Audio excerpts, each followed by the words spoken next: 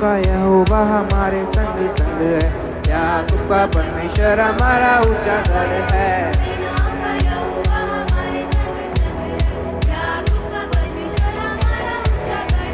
सेनाओं का यहोवा हमारे संग संग है, याकूब का परमेश्वर हमारा ऊंचा गढ़ है।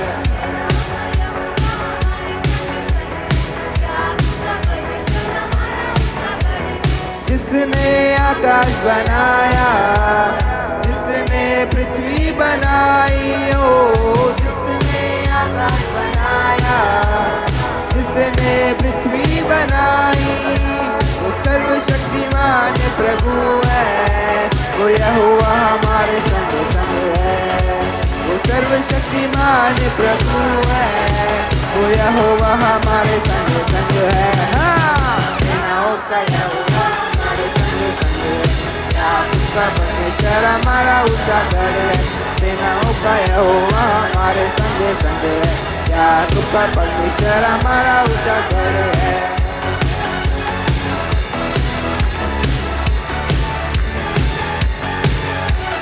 लाजर को जिसने जिलाया, जक्कई को जिसने बचाया, ओ लाजर को जिसने जिलाया, जक्कई को जिसने बचाया, जो वायदे को करता है पूरा, वो सर्व हमारे संग संग है। जो वायदे को करता है पूरा, वो यहोवा हमारे संग संग है। सेनाओं का यहोवा हमारे संग संग है, याकूब का परमेश्वर हमारा ऊंचा गढ़ है। सेनाओं का यहोवा हमारे संग संग है, याकूब का परमेश्वर हमारा ऊंचा गढ़ है।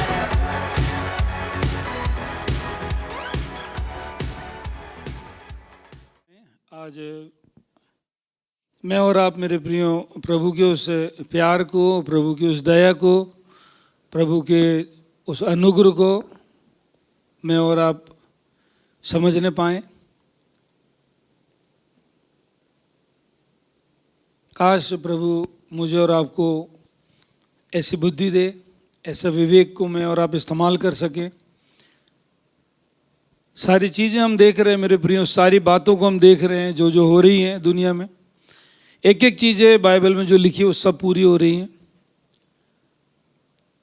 जब हम बाइबल को पढ़ते हैं, वचन में पाते हैं मेरे प्रियो, जब से आदम ने पाप किया तब से परमेश्वर ने कुछ न कुछ युक्तियाँ, कुछ न कुछ योजनाएं बनाई कि मनुष्य को किसी रीति से उस पाप से, उस उन श्रापों से, उस बंधुआई से प्रभु वो रिश्ता जो खो दिया था उसको वापस ला सके।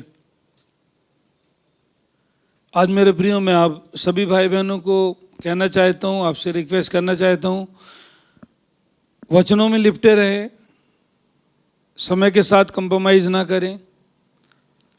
जो समय प्रभु का है वो समय प्रभु को दें मेरे प्रियो, क्योंकि जो बातें मैं और आप अगर प्रभु के वचन के अनुसार नहीं करते तो बहुत कठिन है कि उस चीज़ों पर विजय पाना। क्योंकि जब हम वचन को ही पूरा नहीं करेंगे तो फिर उस वचन को पूरा करने वाले से कैसे प्रार्थना करेंगे, वो कैसे चीज़ें पूरी होगी।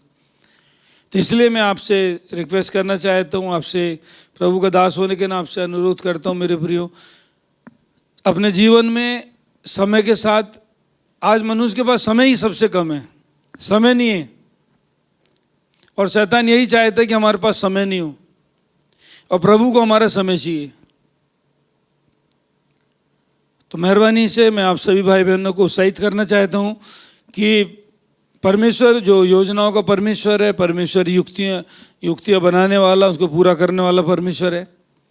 मैं और आप जब वो काम करते हैं, जब प्रभु को पहला स्थान देंगे, मैं आपसे कह रहा मेरे प्रिय, प्रभु हर बातों को पूरा करेगा। कई बार हम प्रार्थना करते हैं लेकिन उन बातों को करने में चूक जाते हैं जो प्रभु कहता है, तो फिर वो प्रार्थनाएं भी पूरी नहीं हो पाती। क्योंकि वचन जो है, विश्वास जो है, वो कार्य के साथ किया जाए तो वो परिपूर्ण होता है। आमीन।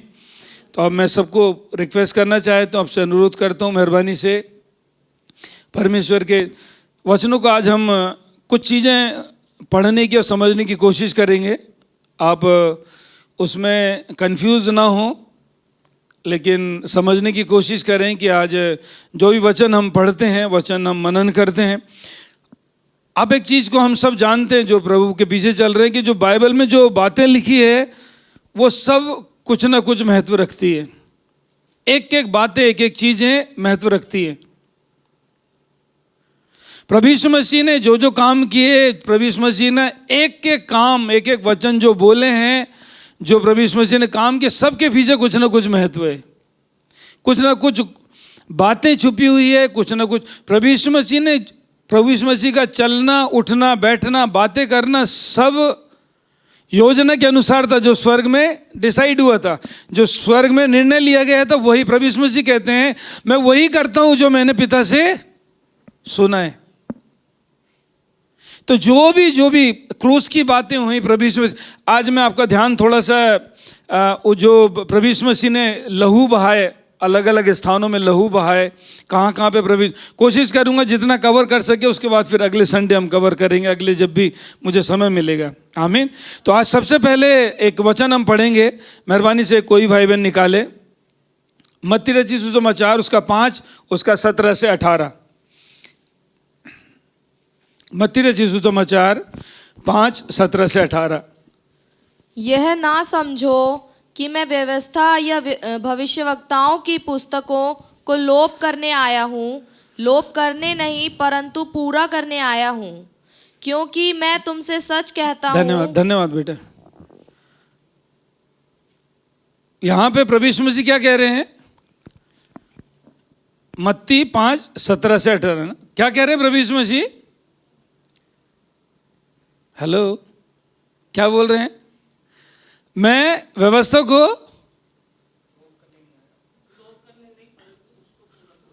पूरा करने के लिए आया। कई बार हम सुनते हैं ना, है ना प्रभु, है ना। तो आज थोड़ा सा हम समझने की कोशिश करेंगे कुछ बातों को। मैंने पहले कई चीज़ों को छुआ है, लेकिन आज कुछ नई बातों को मैं आपके सामने लाना चाहता हूँ। प्रभु यीशु मसीह कह रहे हैं, प्रभु यीशु मसीह को बपतिस्मा लेने की ज़रूरत नहीं थी, क्योंकि बपतिस्मा तो पाप क्षमा का था, मन फिराव का बपतिस्मा था ना। मन फिराव का यूहन्ना बपतिस्मा देते तो मन फिराव का बपतिस्मा देते थे। प्रभु यीशु मसीह, यूहन्ना ने कहा कि मन फिराव का, प्रभु यीशु मसीह आए, उन्होंने कहा कि क्या, है ना, प्रभु यीशु मसीह ने बपतिस्मा भी लिए, है ना। प्रभु यीशु मसीह यूहन्ना के पास आए तो वो कहने लगे कि मैं तुझे कैसे बपतिस्मा दे सकता हूँ। लेकिन प्रभु यीशु मसीह ने वहाँ एक बात कहे उनसे, क्या कहे?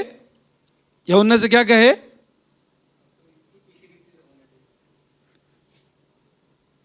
क्या कहे? जब और वचनों में पढ़ने वाली लिखा है, जो बातें वचन की वो पूरी होने दे। तो एक एक बातें प्रभु यीशु मसीह जो भी बातें करते थे, जो भी काम करते थे, कोई भी एक्टिविटी करते थे, उसके पीछे प्रभु यीशु मसीह ने कोई शब्दों को भी बोला तो उसका महत्व है, उसमें कुछ बातें छुपी हुई है। तो जब आप वचन पढ़ेंगे, वहां पे पढ़ेंगे लूका रचित सुसमाचार 2 उसका 21 पढ़ेंगे मेहरबानी से। यहां पर हमारी कोशिश करेंगे समझने की। लूका रचित सुसमाचार 2 उसका 21।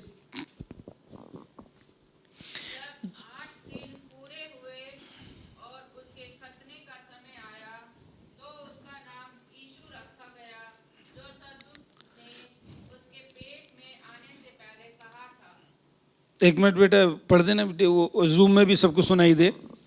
जब 8 दिन पूरे हुए और उसके खतने का समय आया। बस, धन्यवाद। यहाँ पे प्रभु यीशु मसीह का लहू बहा, हाँ, है ना, खतना हुआ, हाँ। खतना क्या होता था? खतना क्या था? हाँ, नहीं, खतने का मतलब खतना क्या था? आइए वचन में चलेंगे, वहां पे क्या लिखा है मेहरबानी से पढ़ेंगे।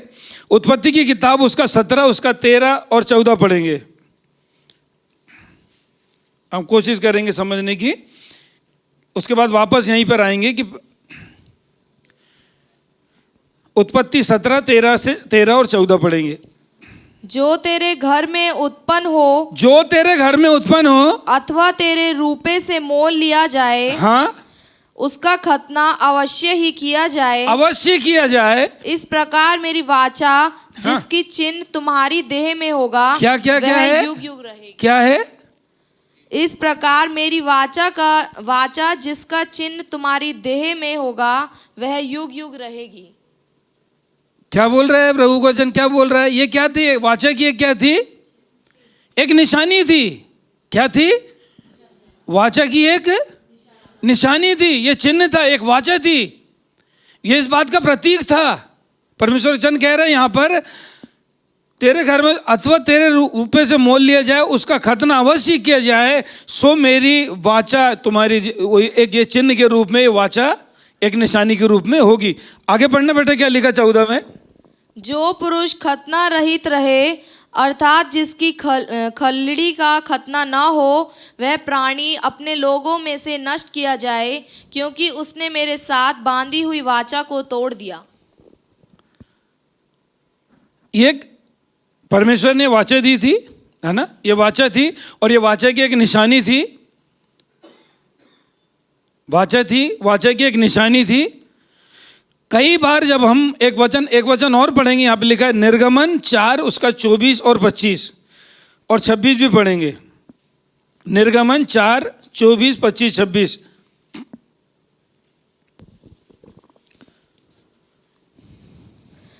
तब ऐसा हुआ। हाँ, इधर देखिए प्लीज, इधर देखिए। मैं कई बार इस प्रकार से कई भाई बहनों ने मुझसे सवाल भी पूछे, इस प्रकार से सवाल भी पूछे कि मूसा जब परमेश्वर ने मूसा से कहा तो मूसा अपने ससुर से बोला कि अब मुझे जाने दे, तो उसके ससुर ने बोला कि ठीक है जा।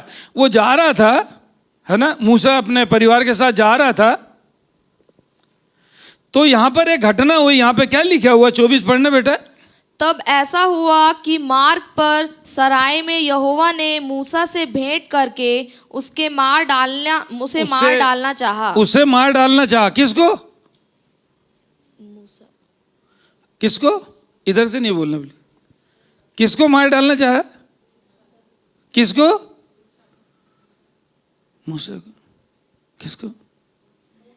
डरते क्यों हैं आप लोग? किसको मार डालना चाहा? क्यों? हाँ, मूसा तो जा रहा था, जैसे कहा गया था वैसे जा रहा था, पर क्यों मार डालना चाहा मूसा को? आगे पढ़े मेहरबानी से। तब सिपोरा ने एक तेज चकमक पत्थर लेकर अपने बेटे के खलड़ी को काट डाला और मूसा के पांव पर यह कहकर फेंक दिया, निश्चय तू मेरे लिए लहू बहाने वाला मेरा पति है। तब यहोवा ने उसको छोड़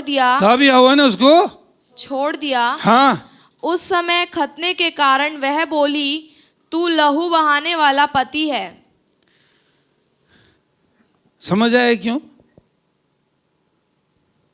क्यों वहां पे लिखा हुआ है मार्ग में मूसा को मार डालने? क्यों?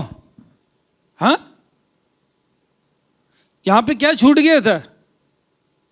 इस समय तक प्रभु यीशु मसीह नहीं आए थे, है ना? प्रभु यीशु मसीह नहीं आए थे। अब वापस हम जाएंगे वहां पर जहां प्रभु यीशु मसीह का खतना हुआ। वहां पे यहां पे क्या कारण था? क्योंकि मूसा ने उसके बेटे का खतना नहीं किया था। तो परमेश्वर रास्ते में मारने के लिए क्या हुआ? 24 में ऐसा हुआ कि मार्ग पर सराय में यहोवा ने मूसा को भेंट करके उसे मार डालना चाहा।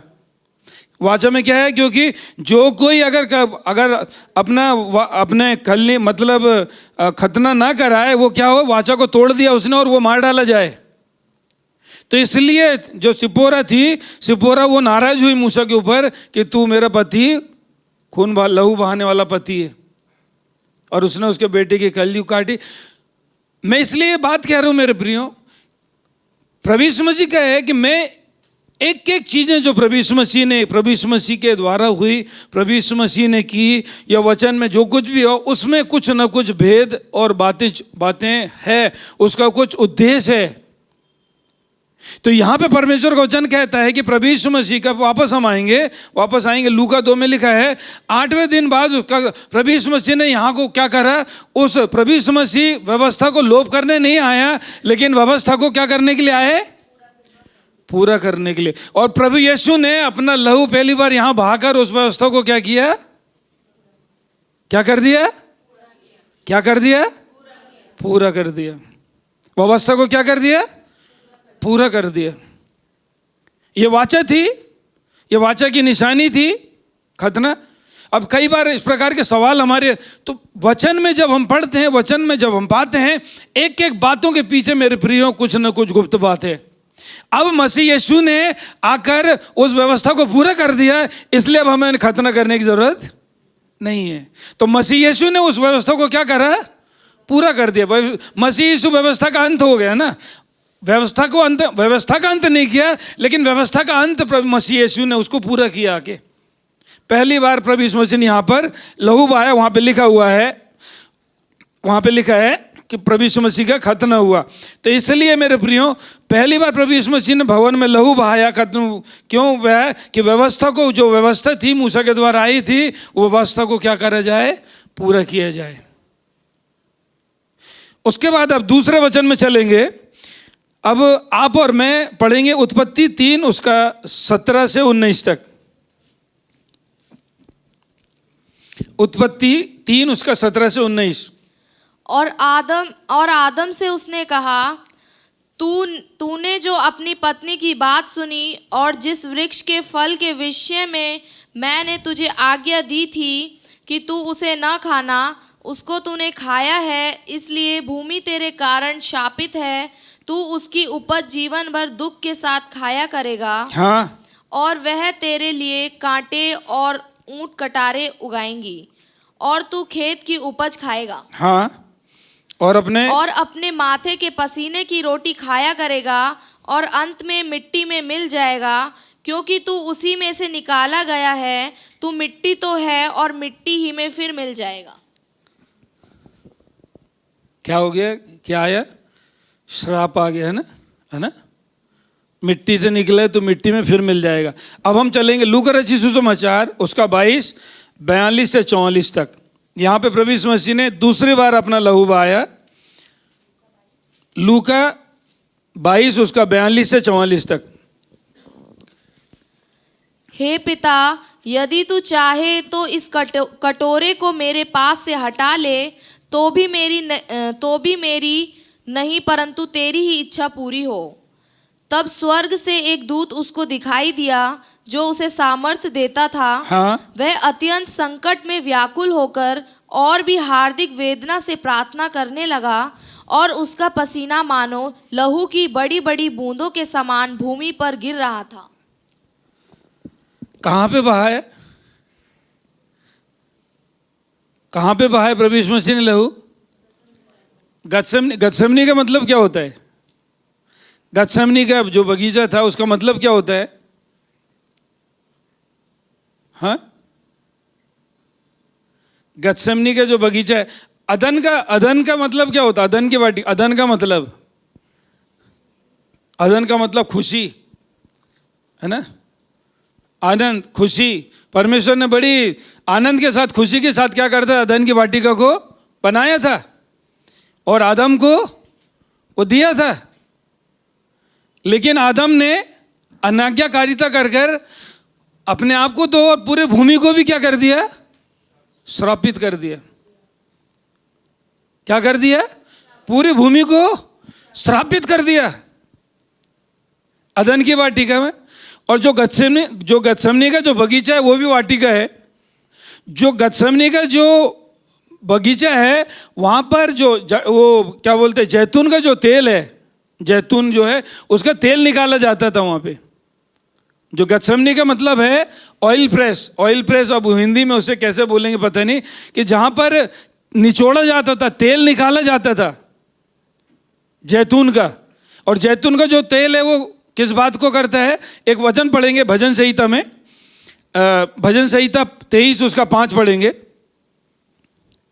भजन संहिता 23, हम इसको ऐसे ही भजन संहिता 23 सब ने ऐसा रटा हुआ है, लेकिन उनके कई बार वचन जब हैं, ये यहाँ पर प्रभु यीशु मसीह के कुछ, आज जो ये गत्सेमनी के बगीचे में था वहाँ पर कुछ बात हैं जो भविष्यवाणी की पहले से दाऊद ने यहाँ पर लिखी है। कहीं भजन संहिता 23 5 पढ़ेंगे। तू मेरे सताने वालों के सामने मेरे लिए मेज बिछाता है। तूने मेरे सिर पर तेल मला है, मेरा कटोरा उमड़ रहा है। तूने मेरे सिर पर क्या करा है? तेल मला है, तेरा कटोरा क्या हो रहा है? उमड़ रहा है। प्रभु यीशु मसीह ने कहा जो कटोरा मैं पीने पर हूं तुम पी सकते हो, जो बपतिस्मा मैं लेने पर हूं क्या तुम ले सकते हो?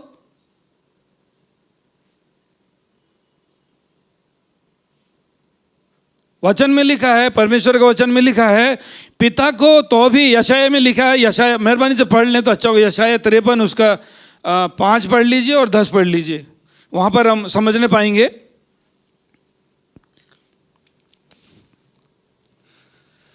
जब आदम ने जब पाप किया तो भूमि को क्या कर दिया? क्या कर दिया? श्रापित कर दिया। वो है ना, श्रापित कर दिया उसको। वो क्या करेगी? ऊंट कटारे उठाएगी, है ना, ऊंट कटारे उगाएगी, है ना, ऊंट कटारे उगाएगी। पढ़ना बेटा प्लीज, यशाया 53 उसका 5 और 10। परंतु वह हमारे ही अपराधों के कारण घायल किया गया, हाँ? वह हमारे अधर्म के कामों के हेतु कुचला गया, हमारी ही शांति के लिए उस पर ताड़ना पड़ी कि उसके कोड़े खाने से हम लोग चंगे हो जाएं। हाँ 10 पढ़ना बेटा 10। तो भी यहोवा को यही भाया कि उसे कुचले, उसी ने उसको रोगी कर दिया। जब तू उसका प्राण दोष बलि एक बार करे, फिर से 10 की पहली लाइन फिर से पढ़ना बेटा। तो भी यहोवा को यही भाया कि उसे कुचले। उसे क्या करे? कुचले। कुचले। कुचलना मतलब क्या होता है? कुचला क्यों जाता है? उसको क्रश किया जाता है ना, है ना। तो यहाँ पे जो जैतून गथसेमनी का जो बगीचा है वहां पर प्रभु यीशु मसीह का जो पसीना है वो लहू बनकर क्या हो रहा है? टपक रहा है। वो कहाँ पे टपक? वहां लिखा हुआ है उसका लहू जमीन पर क्या होने लगा?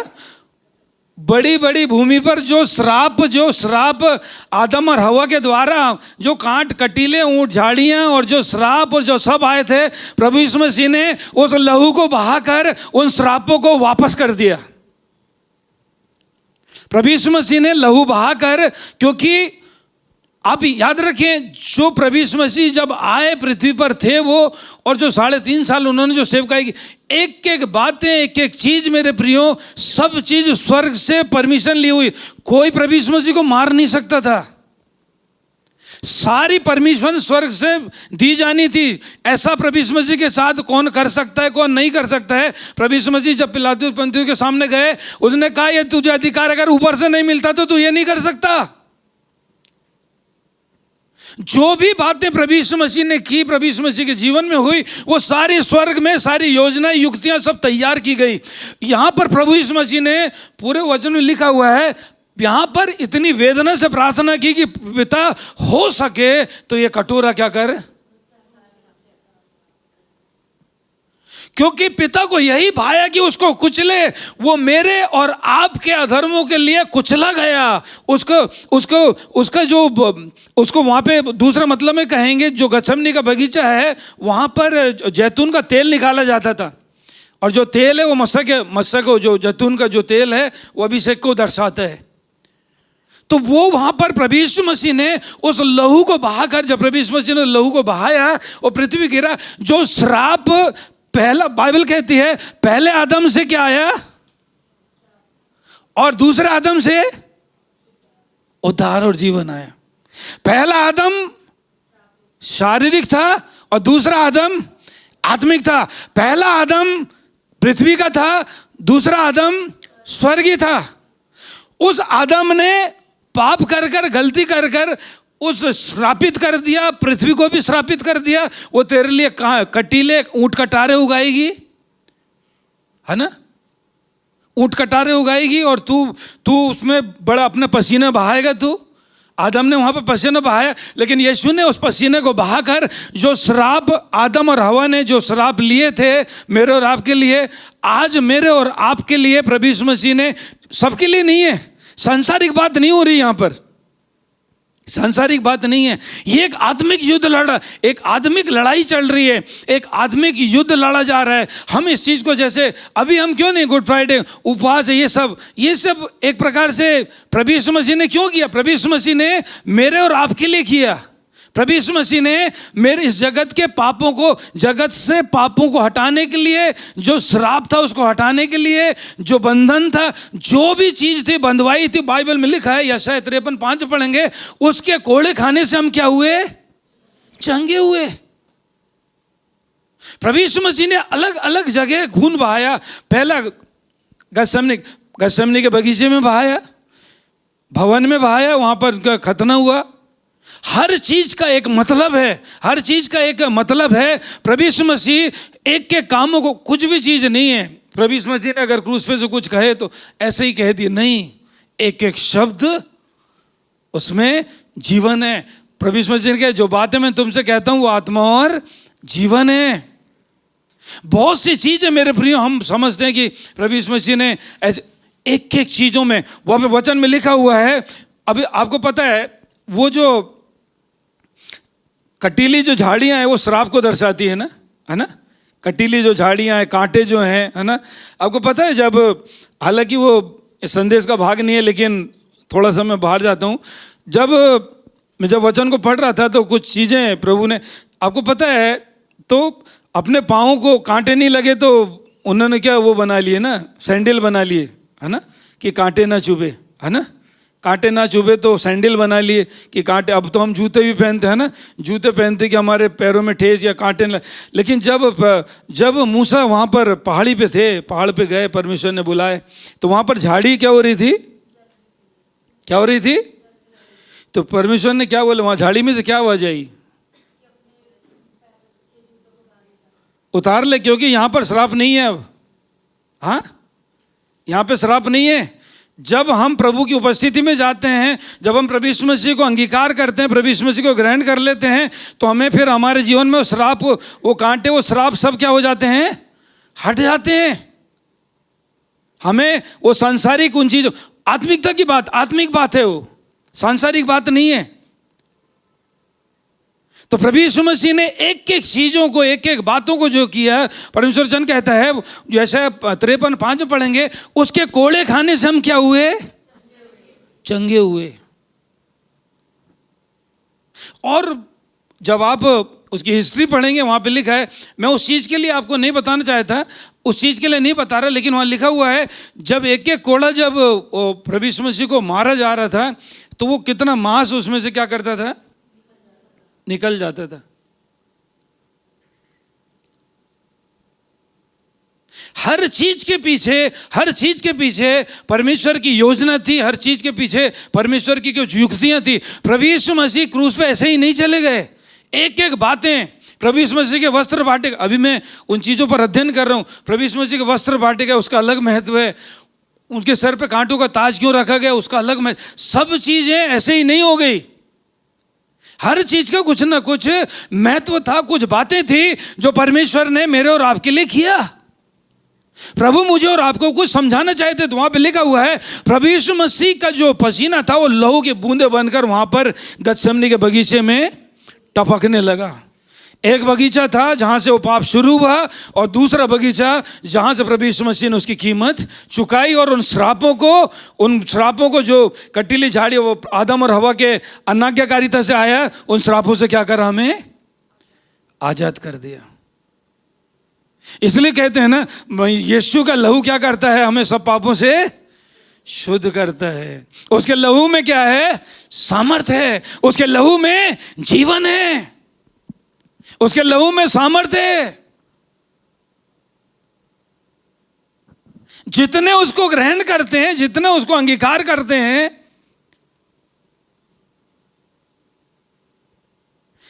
मसीह ने मेरे और आपके पाप।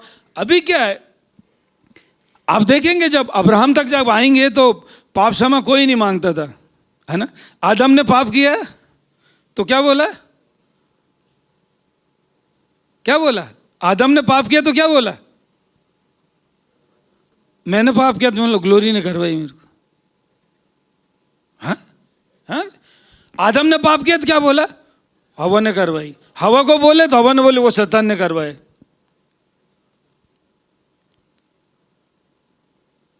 मेरे ही अधर्म, मेरे ही पाप, मेरे ही अधर्मों के कारण वो कुचला गया।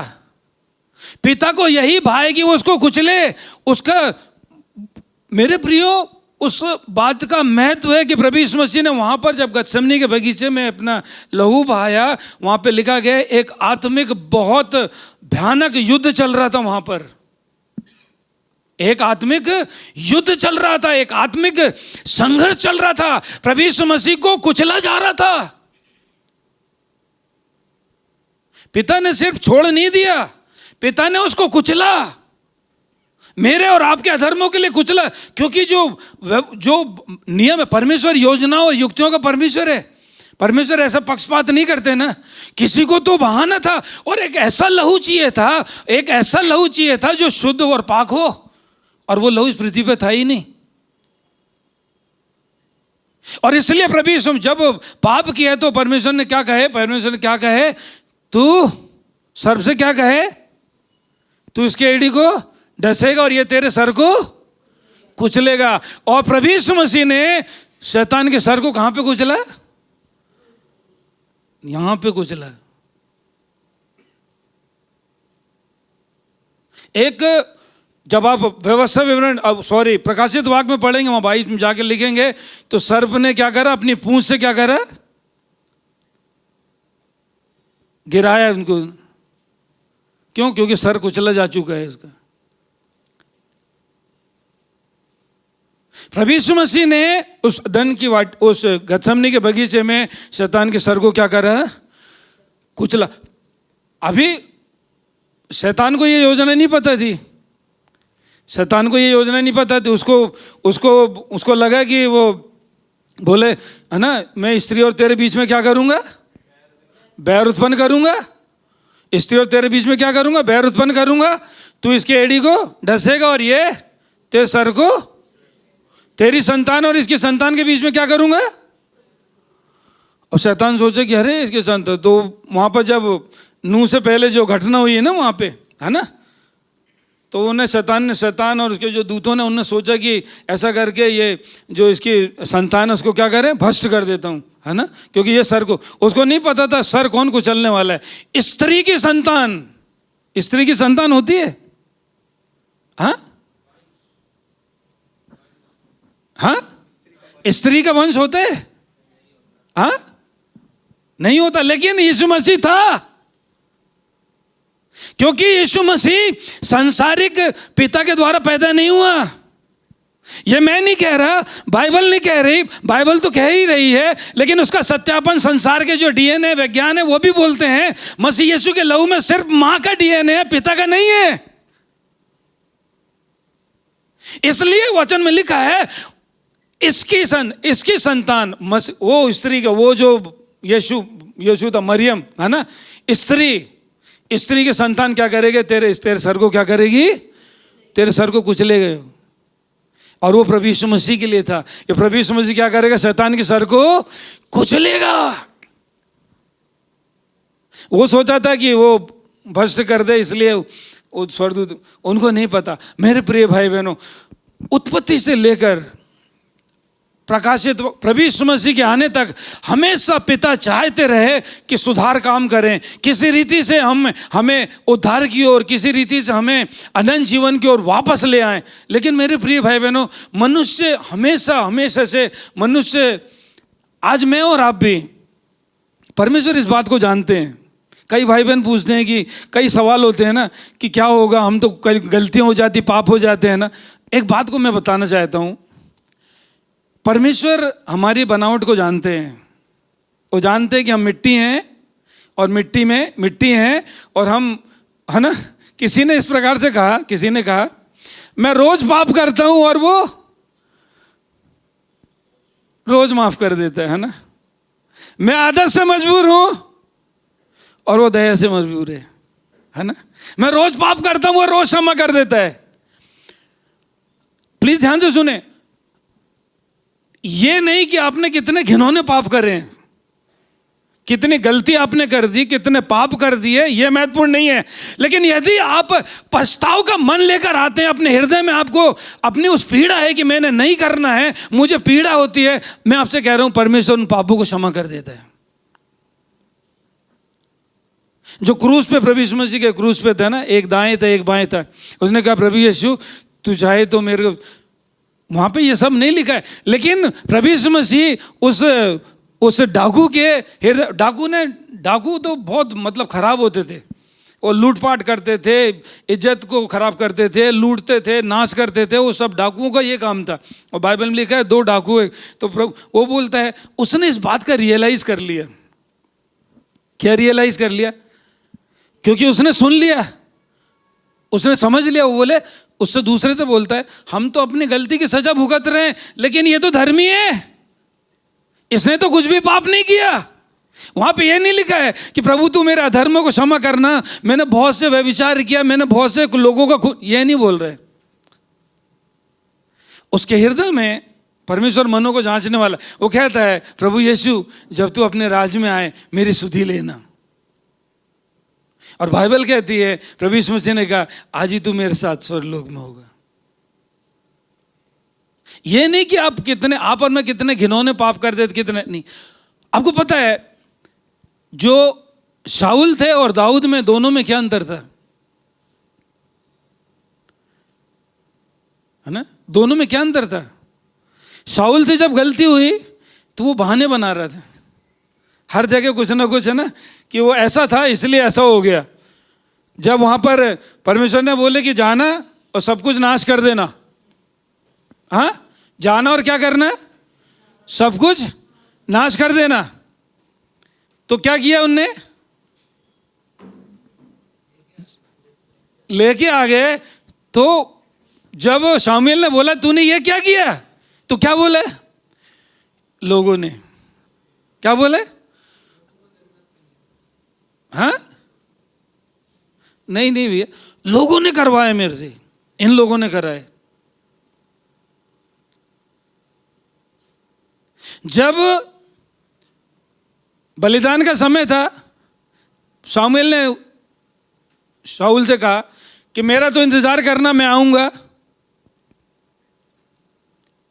क्योंकि जो बलिदान थे उस समय तक प्रभु यीशु मसीह आए नहीं थे, लेकिन व्यवस्था थी। तो परमेश्वर की व्यवस्था के अनुसार जो लेवी और याजक थे वही बलिदान चढ़ा सकते थे, सब नहीं चढ़ा सकते थे, चाहे वो राजा हो या कोई भी हो, अमीर हो कोई भी हो, नहीं, लेवी और याजक ही बलिदान चढ़ाए। अगर लेवी और याजक के बगैर कोई बलिदान चढ़ाता तो परमेश्वर क्या होता था? उसको ग्रहण नहीं करता था और उसको नाश करता था। अब यहां पर वो शामिल थोड़ी सी देरी हो गई, पहुंचा तो वहां बलिदान, तो शामिल ने बोले तूने ये क्या किया? बात ये नहीं है, बात आज्ञा मानने की है, बात आज्ञा मानने की है। तो प्रभु यीशु मसीह जो व्यवस्था थी, प्रभु यीशु मसीह उस व्यवस्था को लोप करने या खत्म करने नहीं, लेकिन उस व्यवस्था को पूरा करने के लिए आए। एक एक चीजें मेरे प्रिय भाई बहन, एक एक बातें जो वचन में है, एक एक बातें। प्रभु यीशु मसीह ने दूसरी बार खून का लहू कहां पे बहाया? गतसमनी के बगीचे में। और जो श्राप आदम और हवा के द्वारा हमारे जीवन में आए थे, जो कटीली झाड़ियां, है ना, ऊंट कटारे उगाएगी, है ना, श्रापित था, प्रभु यीशु मसीह ने अपना लहू बहाकर उस श्राप को क्या करा? तोड़ डाला। और तीसरे जो लहू, जो तीसरे, उसके बाद फिर है, वहां पे लिखा हुआ है यशायाह 53, अभी 5 हमने पढ़े थे, एक बार फिर से पढ़ देना बेटा, यशायाह 53:5।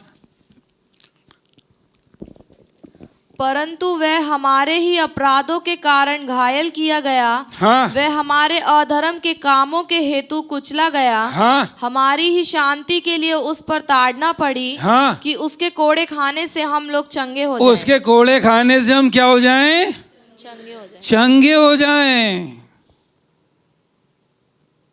उसके कोड़े खाने से हम क्या हो जाएं? चंगे हो जाएं। उसने मेरे और आपके लिए, इस जगत के लोगों के लिए, सबके लिए कोड़े खाए, कि मैं और आप क्या हो जाएं, बीमारी से चंगे हो जाएं, पालें, चंगाई पालें। पर आज एक बात को ध्यान रखें मेरे प्रिय भाई बहनों, दाऊद से जब जब गलती हुई, जब जब उसको एहसास हुआ, पता हुआ कि उसने गलत किया, वो फट से प्रभु के चरणों में बैठ गया। आज यदि मुझसे और आपसे गलती होती है, तो क्या करना है? कोई परफेक्ट नहीं है, आप भी परफेक्ट नहीं है, मैं भी परफेक्ट नहीं हूं, कोई परफेक्ट नहीं है। उस गलती को मान लें, गलती हो गई प्रभु, कोई बात नहीं।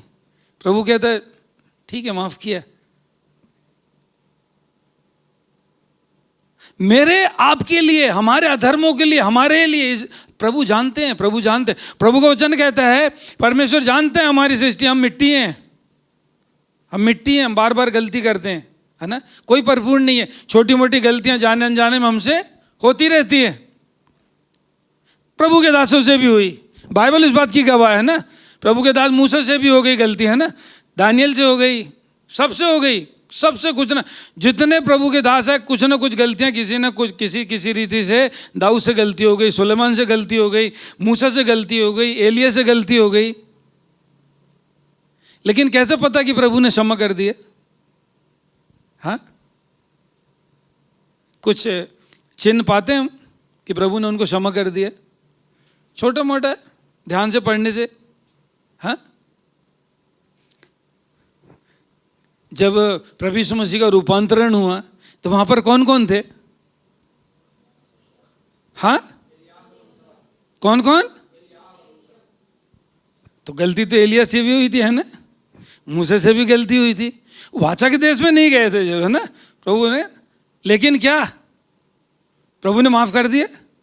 अगर माफ नहीं किया होता तो वहां पर, और वहां पे लिखा हुआ है, मूसा और एलिया आकर प्रभु यीशु मसीह से क्या कर रहे थे? बातें कर रहे थे। वो सारी चीजें, है ना, क्या होने वाला था, क्या क्या होने, कितनी महान बात है। जरूरत यह है मेरे प्रिय भाई बहनों कि आज और भी बहुत से हैं, लेकिन आने वाले समय में उन चीजों को मैं आपसे कहना चाहता हूं मेरे प्रिय भाई बहनों, प्रभु यीशु मसीह इस पृथ्वी पर इसलिए नहीं आए कि मनुष्य पर, हम पर दंड की आज्ञा हो। अपने प्राणों को इसलिए नहीं दिया कि मैं और आप वैसे ही जीवन रहें, वैसे ही श्राप में रहें, वैसे ही बंधुआई में रहें, वैसे ही जीवन हमें। अगर मसीह यीशु ने मेरे और आपके लिए लहू बहा दिया तो क्या पुराना जीवन वही श्रापमय और दुख और पीड़ा वो क्यों है? फिर मसीह यीशु क्यों आए? क्या फिर भी मैं और आप श्राप में पड़े रहें? क्या फिर भी मैं और आप उस बंधुआई में पड़े रहें? नहीं, प्रभु यीशु मसीह इसलिए आए, वहां पे लिखा हुआ है। अभी तीन चार चीजों पर हमने बात की, है ना। प्रभु यीशु मसीह व्यवस्था को पूरा करने आए, है ना। गत्समनी के बगीचे में प्रभु यीशु मसीह ने लहू बहाया, कोड़े खाने से हम चंगे हुए, मेरे और आपके लिए उसको कुचला गया। इसलिए मेरे प्रिय भाई बहनों कि मैं और आप, इसलिए नहीं प्रभु यीशु मसीह, यदि मैं और आप फिर भी वही, अगर मान लीजिए, है ना, अनंत से कुछ गलती हो गई, है ना, अनंत से गलती हो गई और उसको पेनाल्टी करना है ना 10 लाख। अब तो 10 लाख तो बहुत बड़ा है उसके लिए, है ना। तो क्या करे? तो पिता आके बोलेगा, रिंकू भाई आए बोलेगा, ये पेनाल्टी मैं दे रहा हूं, मेरे बेटे की पेनाल्टी मैं दे रहा हूं। अनंत के लिए क्या होगा? ये तो हो ही नहीं सकता था, लेकिन अब मैं आजाद हो गया। जो पेनाल्टी मेरे ऊपर थी उसको मेरे पिता ने क्या करा? कीमत चुका दी उसकी। मुफ्त नहीं है, मेरे और आपके लिए मुफ्त है वो, पर पिता ने उसकी कीमत चुकाई है अपने इकलौते बेटे को देकर। इसलिए कीमत चुकाई कि मैं और आप उन श्रापों से, उन बंधुआई से, उन श्राप में जीवन से, बंधुआई से मैं और आप छूट जाएं, कि मैं और आप चंगे हो जाएं, मैं और आप अव्यवस्था के अधीन ना रहें, मैं और आप उन श्रापों के अधीन ना रहें, मैं और आप अनुग्रह के अधीन है, मैं और आप प्रभु यीशु मसीह के अनुग्रह के, पिता के अनुग्रह के अधीन है, अनुग्रह के अधीन है। हम अनुग्रह हम पर हुआ है, मेरे प्रिय भाई बहनों, आज मैं इसलिए आपको उत्साहित करना चाहता हूँ, यदि मसीह यीशु ने मेरे और आपके लिए वो लहू को बहाया है, उन बातों को किया है मेरे प्रियो, उस महत्व को मैं और आप समझे। क्यों यीशु ने लहू बहाया, क्यों पिता ने अपने इकलौते पे, बाइबल कहती है जो पाप को जानता भी नहीं था वो मेरे और आपके लिए पाप बन गया।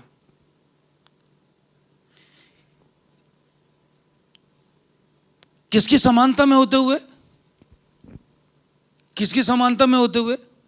आपको पता है जब यूहन्ना रचित सुसमाचार आप पढ़ेंगे, वहाँ पर पढ़ेंगे तो मेहरबानी से पढ़ लीजिए, यूहन्ना 18 उसका 4, 5 और 6 पढ़ लीजिए।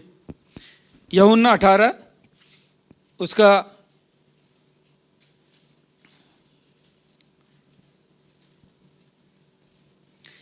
यूहन्ना 18, 4, 5, 6 वहाँ पे क्या लिखा, मेहरबानी ध्यान से सुने।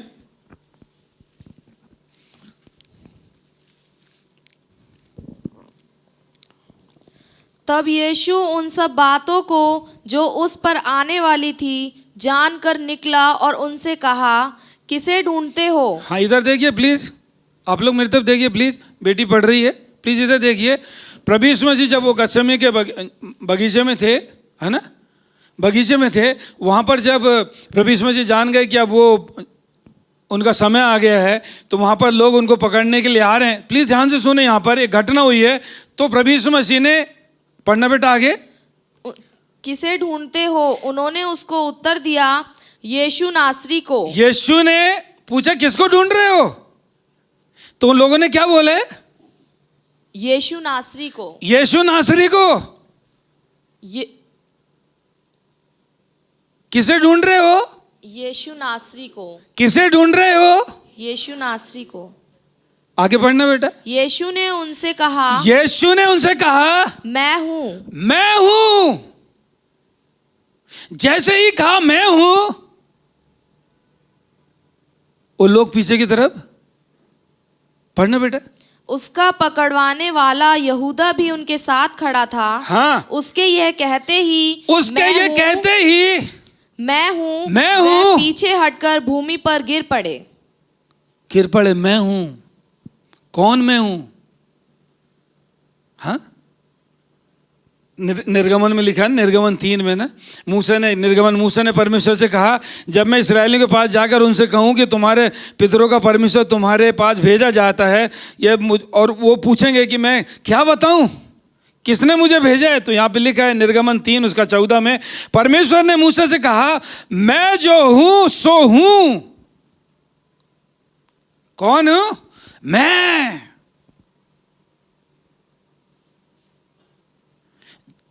इसलिए वहां पे लिखा है, मैं जो हूं सो हूं, और जिसका नाम मैं हूं।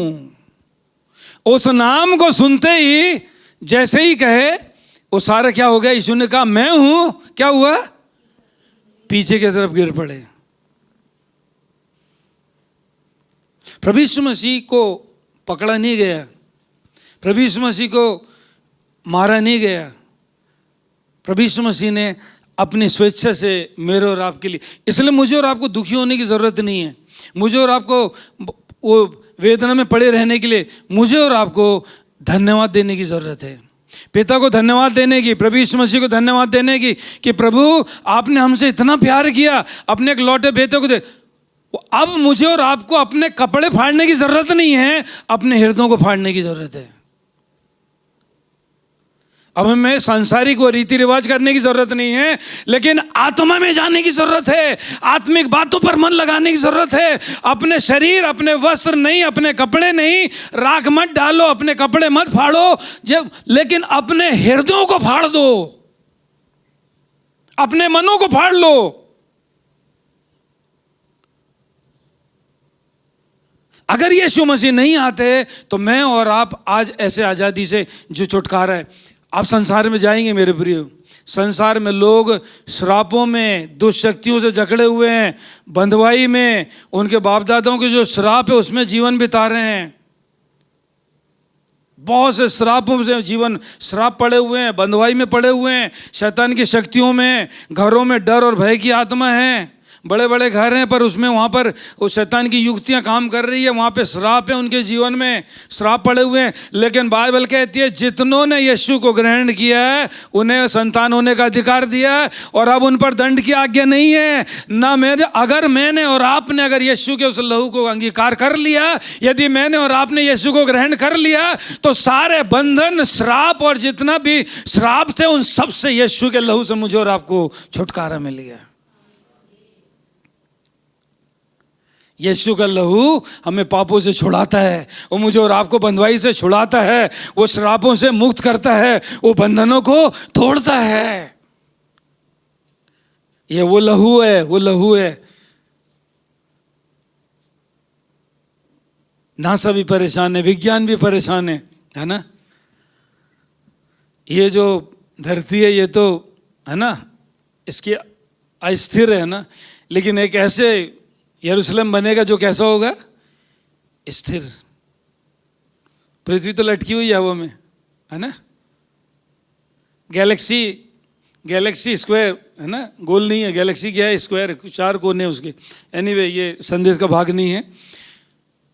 एक ऐसा यरूशलेम, एक ऐसी पृथ्वी बनेगी जहां पर मैं और आप सदा सर्वदा यीशु के साथ रहेंगे।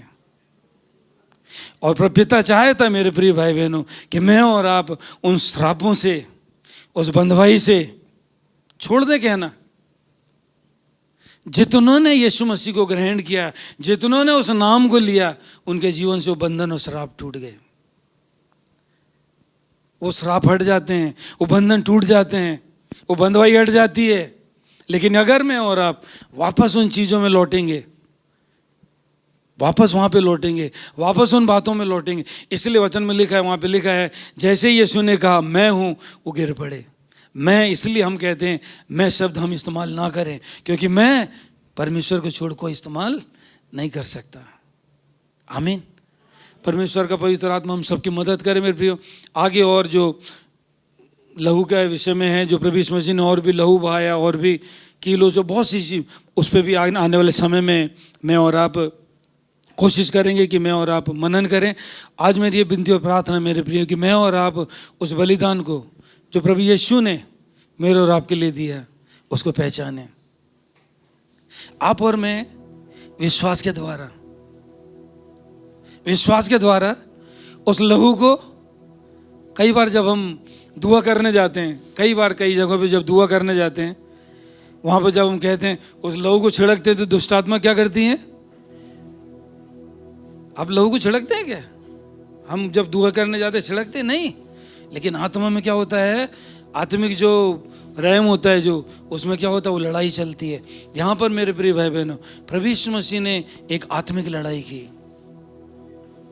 जो कुछ आदम ने खोया था, पिता चाहते थे कि मैं और आप वापस पा लें, और इसलिए प्रभु यीशु मसीह आए। जो रिश्ता, जो आशीषें खो दिए थे, जो वादे खो दिए थे, जो बातें खो दी थी, जो आनंद खो दिया था। अदन का मतलब है आनंद। परमेश्वर ने बड़े आनंद से अदन की वाटिका बनाई थी। प्रभु चाहता उस गत्सेमनी के बगीचे में, वहां लिखा है गत्सेमनी में, कि उस आनंद को, गत्सेमनी का मतलब है निचोड़ा जाना, तेल निकाला जाना। प्रभु ने उस आनंद को वापस लौटाया अपने इकलौते पुत्र के द्वारा। तो आज मैं और आप मेरे प्रियो वचन की गहराई को समझें, उस लहू की सामर्थ्य को समझें कि प्रभु यीशु मसीह ने, पिता ने अपने इकलौते पुत्र को किस लिए दे दिया? इसलिए भेज दिया कि मैं और आप, इसलिए नहीं कि मैं और आप पापों से छूट जाएं, मैं और आप श्रापों से मुक्त हो जाएं, मैं और आप बीमारियों से अलग हो जाएं, मैं और आप बीमारियों से छूट जाएं। कई बार मेरे प्रिय भाई बहनों, बीमारियां, श्राप हमारे जीवन में इसलिए पड़े रहते हैं क्योंकि हमने वो नहीं किया जो प्रभु यीशु मसीह चाहते हैं।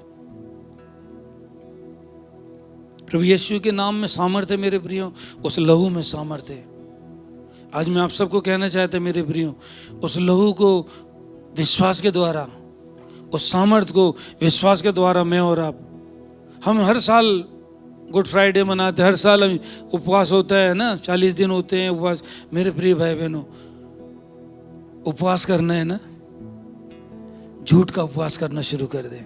अब मैं झूठ नहीं बोलूंगी, अब मैं झूठ नहीं बोलूंगा, अब मैं गाली नहीं बकूंगा, अब मैं गाली नहीं बकूंगी, अब मैं गुस्सा नहीं करूंगी, गुस्सा नहीं करूंगा, अब मैं बैकबाइटिंग नहीं करूंगा, नहीं करूंगी, अब मैं वो काम नहीं करूंगा, वो काम नहीं करूंगी। इसका उपवास कर लें कि मैं और आप मेरे प्रिय भाई बहनों उन शरीर के उन कामों के द्वारा, अपने धर्म के कामों के द्वारा उन चीजों को नहीं हटा सकते जो मैं और आप मसीह यीशु के लहू के विश्वास के द्वारा कर सकते हैं। पिछले संडे मैंने कहा था यीशु पिता कैसा उपवास चाहते हमसे, अब मैं ऐसा उपवास करूंगा, नहीं करूंगी अब, है ना। अब मैं नशा नहीं करूंगा, अब मैं शराब नहीं पीऊंगी, नहीं पीऊंगा, मैं सिगरेट नहीं पीऊंगा, मैं तंबाकू नहीं खाऊंगा, मैं झूठ नहीं बोलूंगा, मैं अपने शरीर को अपने विचारों को अशुद्ध नहीं करूंगा, मैं ऐसे लोगों की संगति नहीं करूंगी, नहीं करूंगा, मैं ऐसे काम नहीं करूंगा। मेरे प्रिय, इसका उपवास कर लें, प्रार्थना करें। प्रभु, मैं आपसे कह रहा मेरे प्रिय, प्रभु ने उत्तम रखा है हमारे लिए, उत्तम रखा है, बहुत बेहतर, जो मैं और आप सोच भी नहीं सकते, उससे कहीं उत्तम प्रभु ने मेरे और आपके लिए रखा है। वो कहता है मैंने तुम्हारे लिए, तुम पापी होकर अपने बच्चों को अच्छी वस्तु देते हो, मैं तुम्हारा स्वर्गीय पिता क्यों नहीं दूंगा। उत्तम रखा है मेरे प्रियो।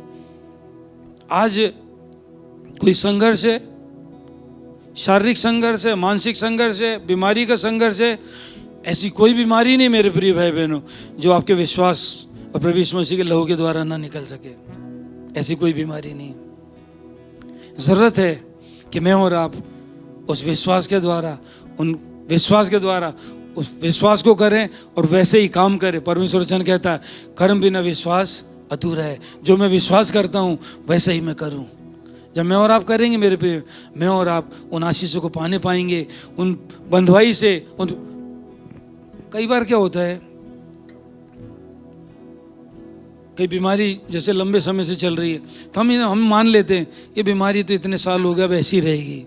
अब हमने अपने दिमाग में बना लिया। आपको नहीं पता, हो सकता है आज ही वो छुटकारे का दिन हो, हमें नहीं पता। प्रभु कब छुटकारा दे दे, हमें नहीं पता। प्रभु कब चंगाई दे दे, हमें नहीं पता। मेरे प्रिय भाई बहनों, 38 साल तक, है ना, 12 साल तक वो बहन लहू, 38 साल तक वो वहीं पर है ना, बार बार कोशिश किया होगा, फिर भी 38 साल तक वहीं रहा। आज मैं और आप थक तो नहीं गए, विश्वास में थके नहीं मेरे प्रिय।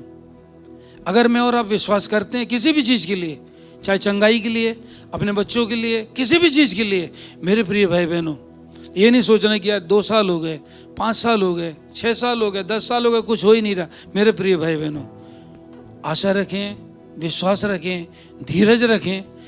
परमेश्वर निश्चित समय में अपने वादों को पूरा करेगा। अगर मैं और आप विश्वास करते हैं, मैं और आप निश्चित समय में आशीष पाएंगे। किसी बात की चिंता नहीं करें। अपने बोझों को प्रभु के सामने रख दें, अपनी ज़रूरतों को प्रभु के सामने रख दें, अपनी बीमारियों को प्रभु के सामने रख दें। ये ना कहें कि अरे ये तो मेरी गलती। हाँ, आपकी गलती के कारण हो सकता आ गई हो, लेकिन यीशु के लहू के द्वारा वो आप छुटकारा पा सकते हैं। आप विश्वास के द्वारा चंगाई पा सकते हैं, आप विश्वास के द्वारा निकल सकते हैं। और कोई नाम नहीं दिया गया, और कोई नाम नहीं है, और कोई नहीं है। पिता को यही भाई कि अपने इकलौते पुत्र को भेजे, वो नाम जो सब नामों में आला है, और किसी नाम में छुटकारा नहीं है। उस लहू में सामर्थ्य है, उस लहू में छुटकारा है। अपनी आंखों को मेहरबानी से बंद कर लें। Thank you Jesus. Give up ना करे मेरे प्रियो, गिव अप ना करे किसी भी चीज के लिए, चाहे शारीरिक है, मानसिक है, आर्थिक है, पारिवारिक है, किसी भी चीज को लेकर है मेरे प्रियो। कोई भी चीज है, कैसी भी हो, विश्वास करें यीशु का लहू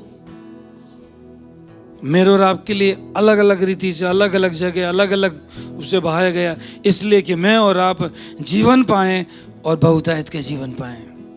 फुलनेस, बहुतायत का मतलब परिपूर्णता का जीवन पाएं, किसी चीज़ की घटी ना हो, किसी चीज़ की कमी ना हो। प्रभु चाहता है मेरे प्रिय भाई बहन। आज मेरी विनती और प्रार्थना है आप सबके लिए मैं प्रिय हूँ। प्रभु यीशु ने, पिता परमेश्वर ने अपने प्राणों को इसलिए नहीं दे दिया कि हम वैसे ही पड़े रहें। पिता ने अपने इकलौते पुत्र के प्राणों को इसलिए नहीं दिया कि मैं और आप वैसे ही बंधुआई में पड़े रहें, श्रापों में पड़े रहें, बीमारी में पड़े रहें, किसी प्रकार के बंधुआई में, किसी प्रकार के श्रापों में। लेकिन पिता चाहता मेरे प्रिय भाइयों बहनों कि मैं और आप हर एक प्रकार के श्राप, हर एक प्रकार की बंधुआई, हर एक प्रकार की बीमारी की, हर एक प्रकार के शैतान की युक्तियों से उस यीशु के लहू से बाहर आ सकें। एक एक आपके बच्चों के लिए प्रार्थना करते प्रभु आपका पवित्र आत्मा मदद करे प्रभु कि हम उस सामर्थ्य को पहचानें और विश्वास के द्वारा उसे ग्रहण करें और आपकी महिमा जलाल को अपने जीवन में देखें। धन्यवाद करते प्रभु आज के सुंदर वचन के लिए। वचन की गहराई को हम समझें, वचन को हम जानें समझें प्रभु, और आपकी महिमा और बड़ाई करें और वो जीवन जीने वाले हो सके, वो आशीषमय जीवन पिता जो आपने अपने इकलौते पुत्र प्रभु यीशु मसीह को भेजकर वापस देना चाहा, वो जीवन हम सब जीने वाले हो सके। एक एक भाई के लिए प्रार्थना करते प्रभु। कई प्रार्थना के अनुरोध हैं प्रभु। प्रभु बहन ऋतु के लिए प्रार्थना करते प्रभु, उनकी जो भी प्रभु घर को लेकर, उनके काम को लेकर प्रभु, और जो भी आर्थिकता को लेकर जो दुआ प्रभु, उस बहन प्रभु लगातार प्रभु फोन करती है प्रभु, विश्वास करती है, वो बढ़ रही है विश्वास में प्रभु यीशु। आपका पवित्र आत्मा अपनी बेटी, आपकी बेटी की मदद करें, आप मदद करें। बहन करमवती के लिए प्रार्थना करते प्रभु जी, मदद करें प्रभु। और प्रभु बहन टीना के लिए प्रार्थना करते प्रभु, उनकी बेटी के लिए प्रार्थना। प्यारे पिता जितने प्रभु प्रार्थना के अनुरोध हैं प्रभु जी, कोई संघर्ष है प्रभु, किसी का शारीरिक, मानसिक, आर्थिक संघर्ष है प्रभु, अपने सामर्थ्य हाथ बढ़ा कर प्रभु अपने बच्चों को उनसे निकालें प्रभु जी, यीशु नाम में। धन्यवाद करते प्रभु जी कि आज प्रभु आपका पवित्र आत्मा हमारे बीच है प्रभु जी। एक एक बच्चों को आशीष दे प्रभु जी, और जिस उद्देश्य के लिए आपने अपने इकलौते पुत्र को भेजा प्रभु प्यारे पिता, वो जीवन हम सब पाने वाले हो सके। आदर महिमा सब आपको देते हैं। प्रार्थना विनती आपके प्यारे बेटे यीशु नाम में मांगते, सुनिए और ग्रहण करिए, आमीन।